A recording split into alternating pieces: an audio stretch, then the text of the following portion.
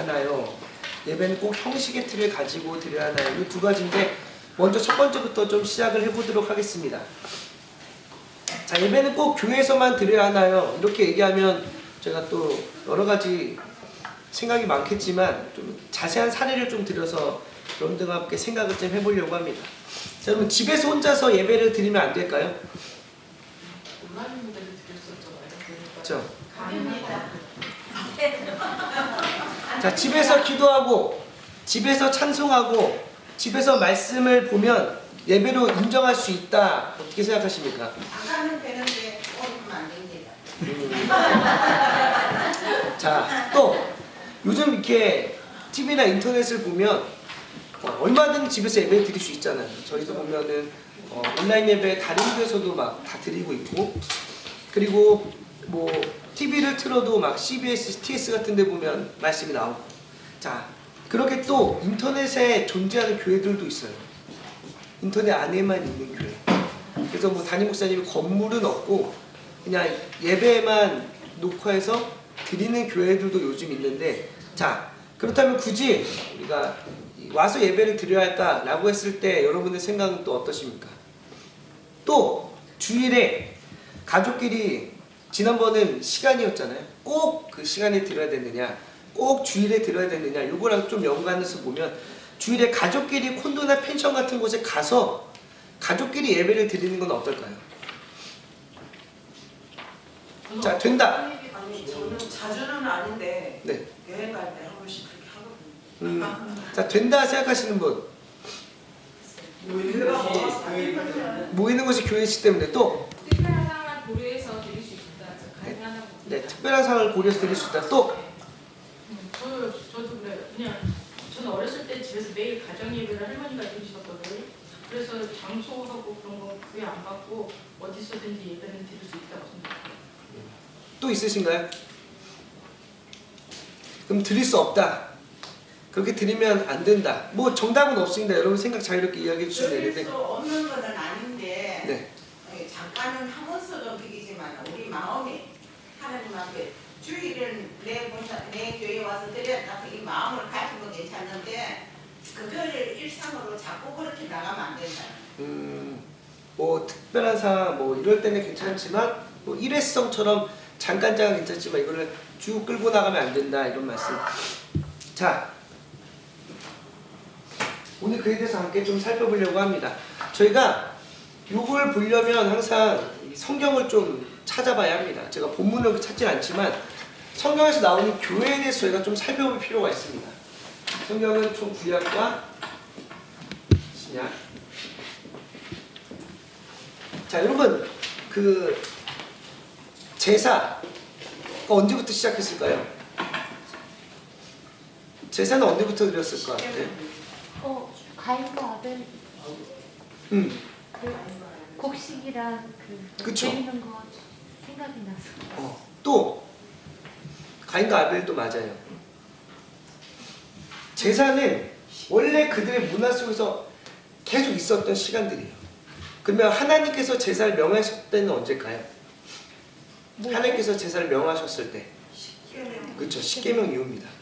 출애굽기 19장 그 이후 시내산에 도착하고 나서부터 뭐가 나오냐면 십계명이 나오는데 그 십계명에 제사가 있어요.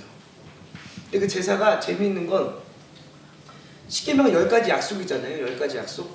10가지 약속을 이야기하시고 나서 제사에 대해서 이야기를 하십니다. 이게 어떤 의미가 있냐면 그냥 뭐 약속 10번 하시고 제사를 지낼 수 있겠구나 뭐 이렇게 생각할 수 있지만 이건 굉장한 사랑이 담겨있는 표현이에요.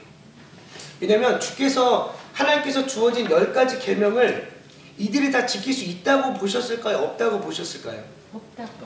없다고 보신 거예요. 그럼 그 틀어짐, 그 단절에 대한 죄의 값을 어떤 방식으로 치룰까를 알려주신 게 제사입니다. 우리가 10가지 약속 지키는 거 너무 중요해, 반드시 지켜야 돼 라고 할 수 있지만 우리의 연약함이 때로는 그 약속을 지키지 못할 때가 있어요. 과거에는 구약에는 뭐 다 죽이자 뭐 이렇게 됐지만 그 10가지 약속 이후에 제사를 주신 이유는 너희가 충분히 내 약속을 어길 수 있는 연약함을 고려하신 사랑이었습니다. 그래서 제사는 십계명 이후에 주어지죠. 근데 이 제사를 지낼 때 누가 필요하죠? 제사장이 필요하죠. 제사장도 참 재밌어요. 제사장이 누구죠? 처음에 제사장 딱 세웠을 때 아론. 그쵸, 아론이었습니다. 근데 아론이 언제 대제사장으로 임명받는지 아세요? 그 사막에서. 출애굽기에 나오는데 재미난 건 아론이 대제사장으로 임명받은 시기가 금송아지 사건 이후예요. 금송아지 사건 이후. 금송아지로 제사를 지냈던 그 금송아지 누가 만들었죠? 이스라엘 백성. 이스라엘 백성의 요청을 통해서 아론이 만들었어요. 아론이. 근데 아론이 그 죄를 저지르고 뭐가 됩니까? 대제사장이 돼요. 그 처참한 죄인이 대제사장이 됩니다. 이게 어떤 걸 의미하는가? 제사를 지낼 때, 예배를 드릴 때 가장 중요한 건 아론과 같은 무너짐의 경험이 있어야 됩니다. 왜냐하면 아론이 이제 이스라엘 백성들이 죄를 가지고 오잖아요. 죄를 가지고 와요. 근데 그 죄를 보면서 아론이 무슨 생각을 했냐면 자기가 저지른 죄보다 더 악한 게 없는 거예요. 그때 뭐가 가능하냐면 용서가 가능합니다. 그때 그를 위한 중보가 가능해요. 만약에 아론이 너무 깨끗해요. 아무런 죄도 없어. 근데 거기서 제가 도둑질한 것 같습니다 라고 하면 분명히 아론은 그를 판단했을 겁니다. 정죄했을 거예요. 근데 아론은 처참히 우상숭배라고 하는 그것도 심지어 십계명을 줄 때거든요. 십계명을 가지러 갔던 그때 가지고 내려오자마자 아론의 그 처참한 죄가 딱 등장하죠. 그래서 어떻게 합니까? 모세가 그 돌판을 깨죠. 그러한 처참한 아론의 실패와 좌절과 낭망이 그를 대제사장, 모든 이들을 품을 수 있는 그릇으로 만들었던 사건이라고 하는 것. 그래서 이 제사는 십계명 이후에 무슨 생활에서 지내면 광야에서 지냅니다. 광야에서 지냈을 때의 교회가 카할이라고 하는 단어예요. 카할. 1번. 카할. 여러분 아시다시피 그 성소랑 지성소를 누가 짊어지고 다녔죠? 그렇죠. 레위 지파가 짊어지고 다녔죠. 그들이 도와주는 역할로서 레위 지파가 들고 다니는 그 성막이 요거예요. 카할. 얘의 특징은 무엇이냐? 이동식입니다. 40년 광야 생활 동안 그 짊어지고 다녔어요. 넌 이거 짊고 넌 저거 짊고 저거 짊고 해서 짊어지고 다녔던 성막이 구약에서 십계명 첫 번째 제사를 지냈던 그들이 가지고 다니던 성전이었습니다. 근데 그들이 그 다음 출애굽해서 신명기 그 다음에 지나고 나서 여호수아에 다다랐을 때 그들이 어느 땅에 들어가죠? 약속의 땅이? 그렇죠. 가나안 땅에 들어가죠. 가나안 땅에 들어갔을 때 교회의 형태가 한 번 더 바뀌어요.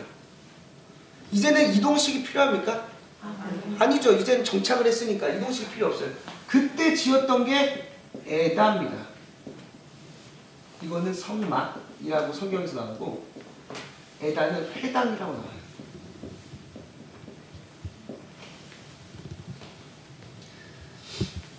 이것도 건물로서 존재하고요. 에다 회당.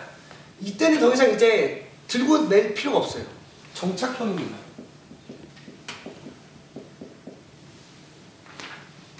근데 여기 조건이 하나 더 붙었어요. 유대인 남성 10명 이상 모여야 회당이라고 불렀어요.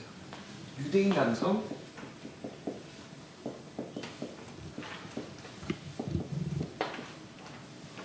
10명. 이때까지만 해도 그들의 모이는 교회와 성막은 요 모양에서 크게 벗어나지가 않았습니다. 근데 언제 사건이 터지냐면 이 신약 때예요. 오늘 보시면 신약 때 큰 문제가 터지는데 그 큰 변화가 뭐냐면 이스라엘이 강대국의 공격을 받기 시작해요. 로마의 공격을 딱 받았을 때 뭐가 무너지냐면 뭐가 무너지죠? 성전이 무너져요. 와르르 다 무너집니다. 그때가 성전이 없는 시기였어요. 그때 이들은 고민합니다. 뭐냐면 교회란 무엇인가에 대해 고민을 해요. 교회란 뭐지? 왜냐면 지금까지 여러분들도 교회하면 건물을 가장 먼저 떠올리잖아요. 그런 것처럼 이들의 역사 속에서도 항상 교회는 건물이었어요. 우리가 짊어지고도 다녔고 만들어서도 다녔고 했었던 건물로서의 어떤 이 예배당으로서의 교회가 존재했지만 이때는 다 무너져서 없어요. 이때 이들은 교회에 대해서 한 번 더 고민합니다. 교회란 뭘까? 예배란 뭘까 하다가 나온 단어가 에클레시아라고 하는 단어입니다. 그러면 에클레시아 혹시 들어보셨나요? 찬양의 가사에도 가끔씩 나오는 게 에클레시아거든요. 에클레시아. 에클레시아는 신약의 교회로서 이게 어느 개념이냐면 에크와 칼레오라고 하는 이 헬라어가 합쳐진 단어예요. 에크는 모모로부터, 칼레오는 부르다예요. 이 칼레오, 여러분 이 칼레오를 잘 기억하세요. 이게 번외편이긴 한데 이 칼레오가 굉장히 중요합니다. 왜냐하면 이 성령이 원어로 파라칼레오예요. 파라클레토스라고 하거든요. 파라클레토스. 이 파라는 뭐뭐 곁에라는 뜻입니다. 클레토스가 칼레오예요. 곁에 부른 자예요. 성령은 여러분들 곁에 계신 자입니다. 여러분과 함께하는 자예요. 요한복음에 예수님이 승천하실 때 내가 너희에게 또 다른 약속의 성령을 보내겠다라고 했을 때 그게 너희의 곁에 둘 자예요. 근데 이 성령에서부터 나온 단어가 한 달 더 있습니다. 뭐냐면 파라칼레오라는 단어예요.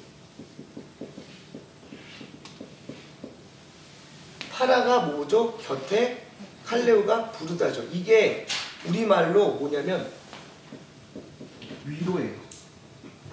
위로의 성령 하잖아요. 위로의 성령. 여러분 위로는 어떤 말을 해주는 게 아닙니다. 뭐냐면 곁에 같이 있어주는 게 위로예요. 어떤 말이 아니라 할지라도 근데 내가 그 옆에 그 곁에 같이 있어주는 것 자체가 위로라고 하는 이 칼레오가 신약에서 굉장히 중요한 부분인데 이 칼레오가 뭐뭐부터 부름받다라는 의미입니다. 이게 뭐냐면 하나님으로부터 부름받은 자들의 모임이 교회가 됐어요. 성전이 없어도 하나님으로부터 부름받은 자들이 모인다면 그것이 교회다 라고 했던 것이 신약의 교회의 개념이 바뀌었을 때 시기입니다. 근데 여러분 이 두 가지 전부 다 우리가 기억해야 될 건 둘 다 교회예요. 그 우리는 지금 이 시기의 교회를 어떻게 정의해야 되느냐? 지금은 이 두 가지가 다 있어야 됩니다. 왜냐하면 이때는 특별한 경우였거든요. 이때는 이동했어야 됐고 이때는 모였어야 됐고 이때는 성전이 없는 시기에 교회에 대해서 다시 고민을 해야 될 시기였을 때에 두 가지의 개념은 오늘날 우리에게 굉장히 중요한 이 관점을 제시해줘요. 교회는 성전과 더불어 하나님의 부름받은 자들의 모임입니다.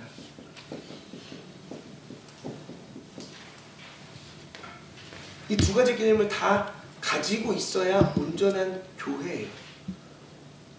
물론 우리가 코로나라고 하는 특별한 상황 때 모이지 못했을 때 방법은 취했지만 가정에서 예배를 인터넷으로 드리는 과정은 취했지만 그러한 과정은 특별한 상황이었을 때 저희가 어쩔 수 없이 드리는 예배지 우리가 매번 그렇게 예배를 드리는 거는 사실은 이 교회라고 하는 것을 이것을 우리는 교회사, 교회의 역사,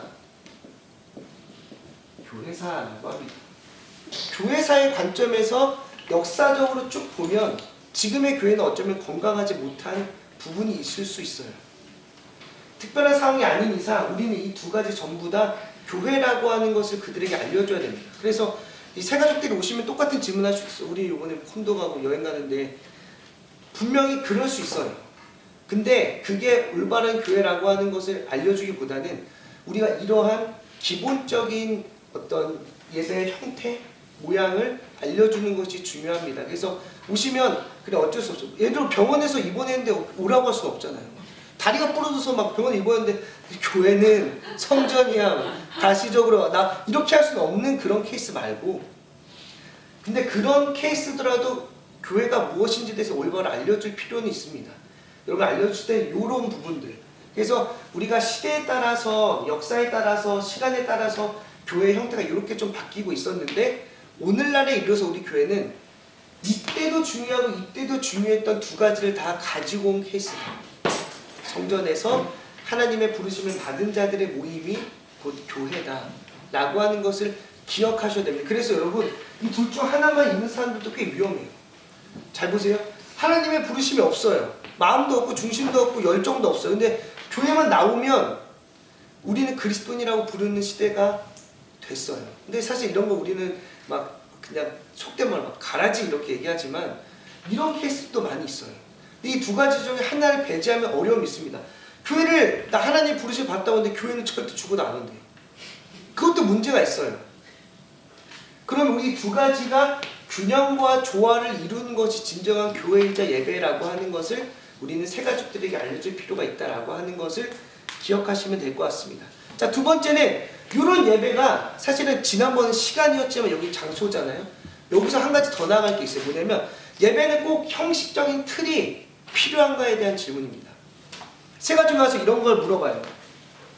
내가 성경을 옛날에 봤는데 성경에 신령과 진정으로라고 되어 있습니다. 그러면 예배의 형식은 별로 중요하지 않은 것처럼 보이는데 꼭 그렇게 예배의 형식을 다 따지면서 드려야 되나요? 라고 묻는다면, 또는 옛날에는 주일 낮 예배가 매우 엄숙한 가운데 드려졌잖아요. 저희 옛날에 드럼도 없었잖아요. 드럼이 들어온 시기가 얼마 안 됐어요. 기타도 원래 들어오지 못했었던 악기였습니다. 근데 많이 바뀌었죠. 요즘은 형식이 바뀌고 약간 파괴되는 것들이 좀 우리 주변에 많이 있습니다. 형식이 과감하게 바뀌어요. 그런 것들에 대해서 우리는 어떻게 생각을 해야 할까요? 라고 누군가 묻는다거나, 또는 어떤 교회는 찬양만 2시간 들어요. 말씀도 별로 없고 아무것도 없고 찬양 집회, 찬양만 주구장창 2시간 부르고 끝난다면 그것도 예배인가? 라고 하는 질문에 여러분들 뭐라고 대답할 수 있을까요? 꼭 형식의 틀을 가져야 된다. 2시간 예배 드리고 막 찬양을 뜨겁게 하고서는 딱 이제 그 찬양 인도자 기도하고 다 끝냈어요. 예배가 아닐까요? 예배인 것 같아요. 그러면 형식 필요 없이 그냥 그렇게 주구장창 2시간 동안 우리 찬양마다 끝내도 예배라고 할 수 있을까요? 우리가 만약에 새신자가 왔어요. 그래, 그것도 예배입니다 라고 했는데 그러면 주보 딱 보면서 왜 이렇게 순서가 많아요? 이거 이렇게 많을 필요 없잖아요 라고 한다면 여러분들 뭐라고 대답할 수 있을까요? 틀은 어느 정도 있어야 된다. 그때 지난번에 목사님이 네. 교회가 그 장로교도 있고 그렇게 강리교도 있고 성결교도 있는 것처럼 네. 교회마다 약간의 개성이 좀 다를 수 있다라고 저는 생각을 하거든요. 그래서 교회의 형식이라는 부분은 좀 더 중요하지만 그 안에 하나님이 이 중심인지가 먼저인 것 같고요. 그 드려지는 여러 가지 부분은 조금 다를 수 있기 때문에 그 부분을 설명해주고 그 사람이 정말 더 맞는 그런 교회로 갈 수 있게끔 해주는 것도 또 나름의 전도가 아닐까 저는 생각합니다. 네. 또 너무 또 중요한 부분인 것 같아요. 또 저희 생각하시는 거. 왜냐면 제가 왜 이런 시간을 가지냐면 이 생각할 때 기억이 남아요. 근데 이렇게 제가 이렇게 막 써서 같이 얘기할 때보다 여러분들이 한 번 더 생각하실 때 기억이 날 수 있어요. 그래서 제가 쓴 건 기억 못해도 질문은 기억할 수 있어요. 한 번쯤 생각해 본 거라. 한번 생각해 보세요. 꼭 형식의 틀을 갖춰야 되는가? 자, 우리 보면 가장 많이 그렇게 형식의 틀을 무너뜨리는 그 어떤 표현 중에 하나가 신령과 진정으로 해요. 요즘은 좀 바뀌었죠. 이게 어떻게 바뀌었죠? 영과 진리로.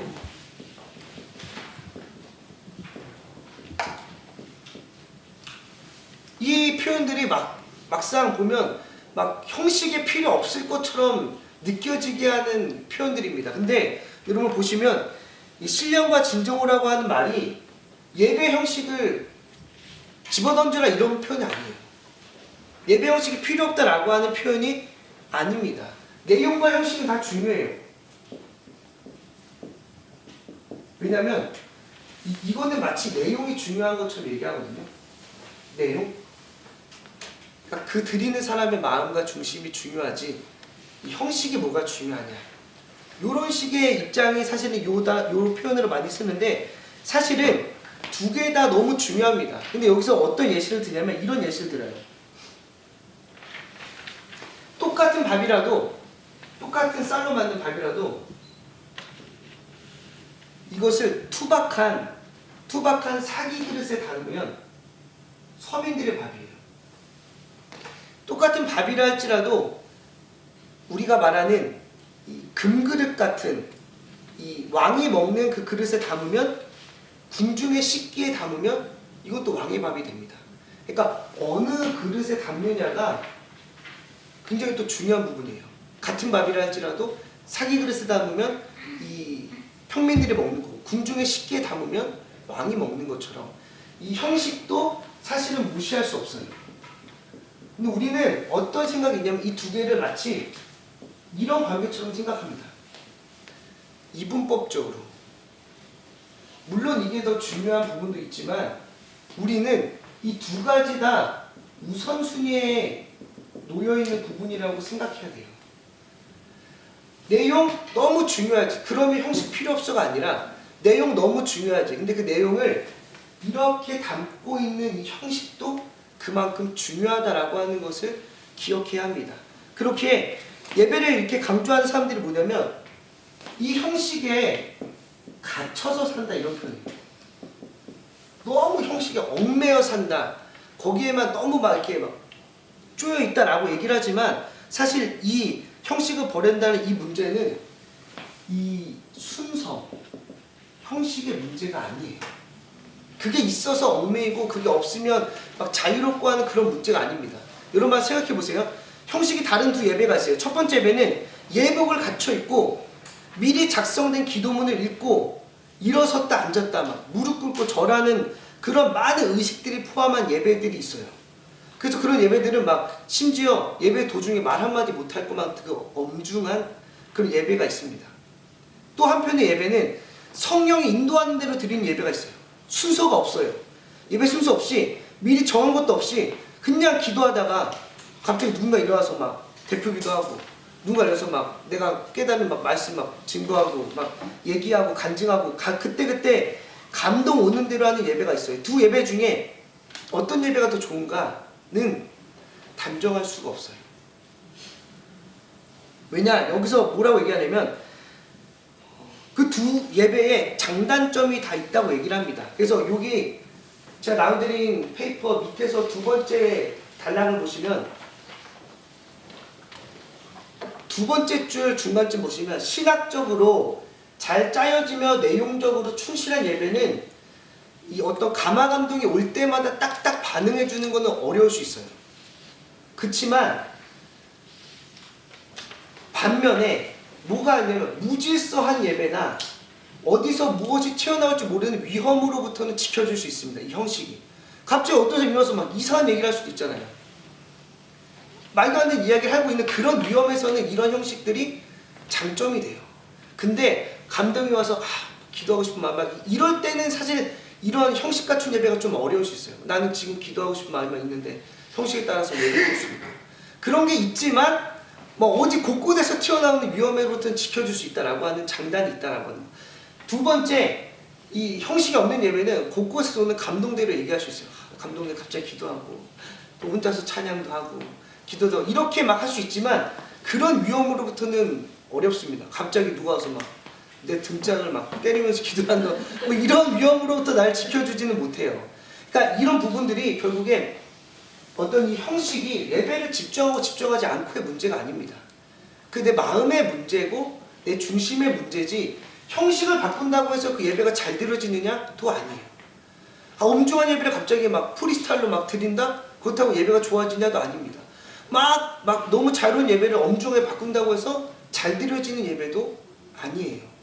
여기서 우리가 집중해야 할 건 영과 진리로라고 하는 표현이 어떤 의미로 쓰여지냐에 따라서 우리가 좀 달리 봐야 됩니다. 왜냐하면 영과 진리로라고 하는 이 표현이 굉장히 무서운 게 막 예배가 좀 뜨거워요. 막 여기서 저기서 막 통성으로 기도하는 사람들 막 와요. 막 어디 저기서 통성 여기 통성하면 막 영과 진리로 예배하는 것 같아. 이런 생각이 들잖아요. 문득 우리 마음속에 너무 막 조용하고 아무도 기도 이렇게 하고 있으면 뭔가 지금 막 예배가 막혀 있는 것 같고 막 누가 저기서 막 주여 이러면 막 예배를 다 뚫어버리는 것 같고 막 이러한 착각 속에 있는 게 있는데 그런 게 여기서는 뭐라 해야 되지? 좀 위험하다라고 얘기합니다. 왜냐하면 이 예배는 전적으로 회중 중심이에요. 드리는 사람들 중심이에요. 그렇기에 이 사람들이 막 회중이 막 우와 이렇게 막 기도하면 야, 저 예배 영과 진리를 드리네. 회중 중심의 판단입니다. 다들 막 조용하게 이렇게 드리면 마치 뭔가 예배가 막 은혜가 하나도 없었던 것 같은 그런 생각들도 회중 중심이에요. 근데 우리가 전 시간에 배웠잖아요. 그 예배 시간 관련해서 얘기할 때 뭐냐면 주일은 무슨 날이죠? 주의 날이에요. 주의 날이라고 하는 건 누구 중심이어야 됩니까? 하나님 중심이어야 됩니다. 사실 이 내용과 형식 모두 다 하나님 중심을 위해서 짜여진 틀이에요. 우리가 벗어날 수 있고 우리가 엇나갈 수 있을 때 형식이라고 하는 것이 우리를 붙잡아주는 울타리가 되고 그 울타리 안에서 우리가 준비하는 마음들이 내용으로 빚어질 때 온전한 예배를 드릴 수 있다라고 하는 것이 사실 우리에게 가장 건강한 예배입니다.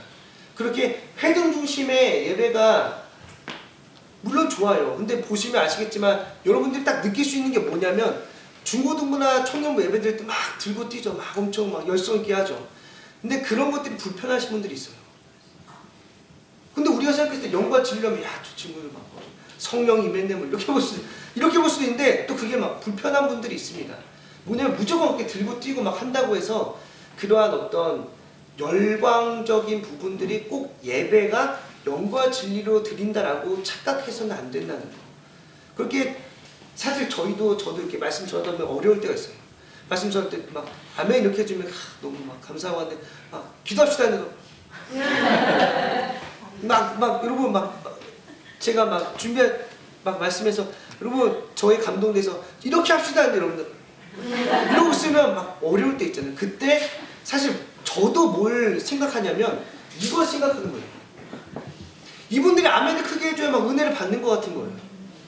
이분들이 막 리액션이 커야 뭔가 내 설교가 잘 전달되고 있고 내 메시지가 잘 선포되고 있구나라고 착각하는 거예요.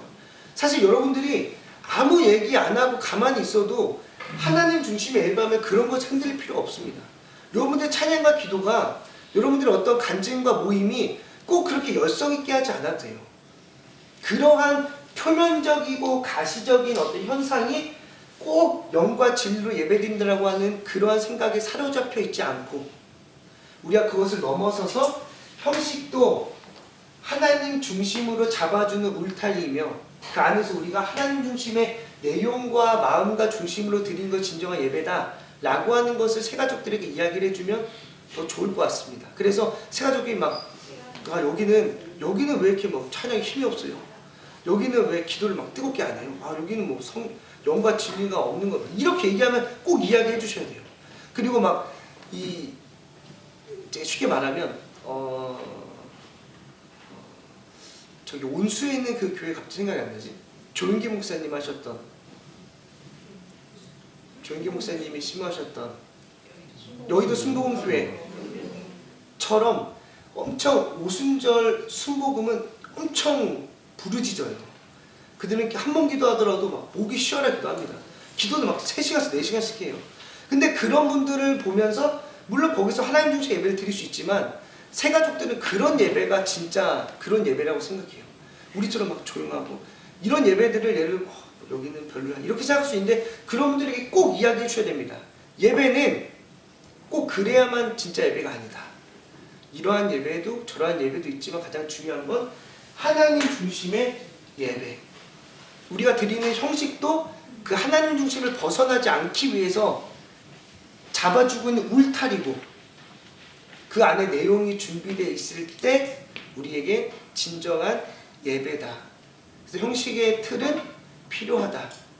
그것을 막 없애려고 많이 하거든요. 근데 그게 나중에는 진짜 뭐라 해야지, 사공이 많아서 막 배가 산으로 갈 수도 있어요. 예배가. 그런 것을 잡아줄 수 있는 것이 형식이다라고 하는 것을 여러분들이 새가족이 오시면 좀 이렇게 안내해 주시면 더 좋을 것 같습니다. 질문 있으신가요? 없으시면 제가 기도하고 오늘 모임 마치도록 하겠습니다. 기도하겠습니다. 사랑과 은혜가 풍성하신 하나님 아버지, 오늘도 우리에게 귀한 시간을 허락하여 주사 교회에 대해서 다시금 되새길 수 있도록 인도하여 주신 너무나도 감사합니다.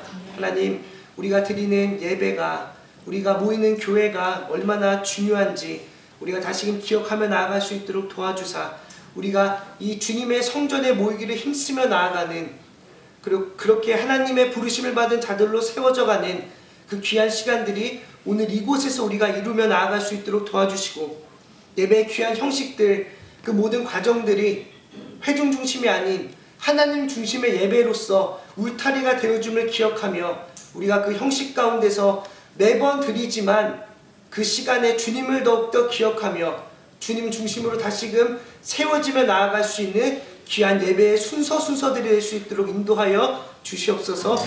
우리와 함께하여 주실 주님을 기대하며 사랑 많으신 우리 주 예수 그리스도 이름으로 기도드립니다. 아멘. 네, 고생하셨습니다.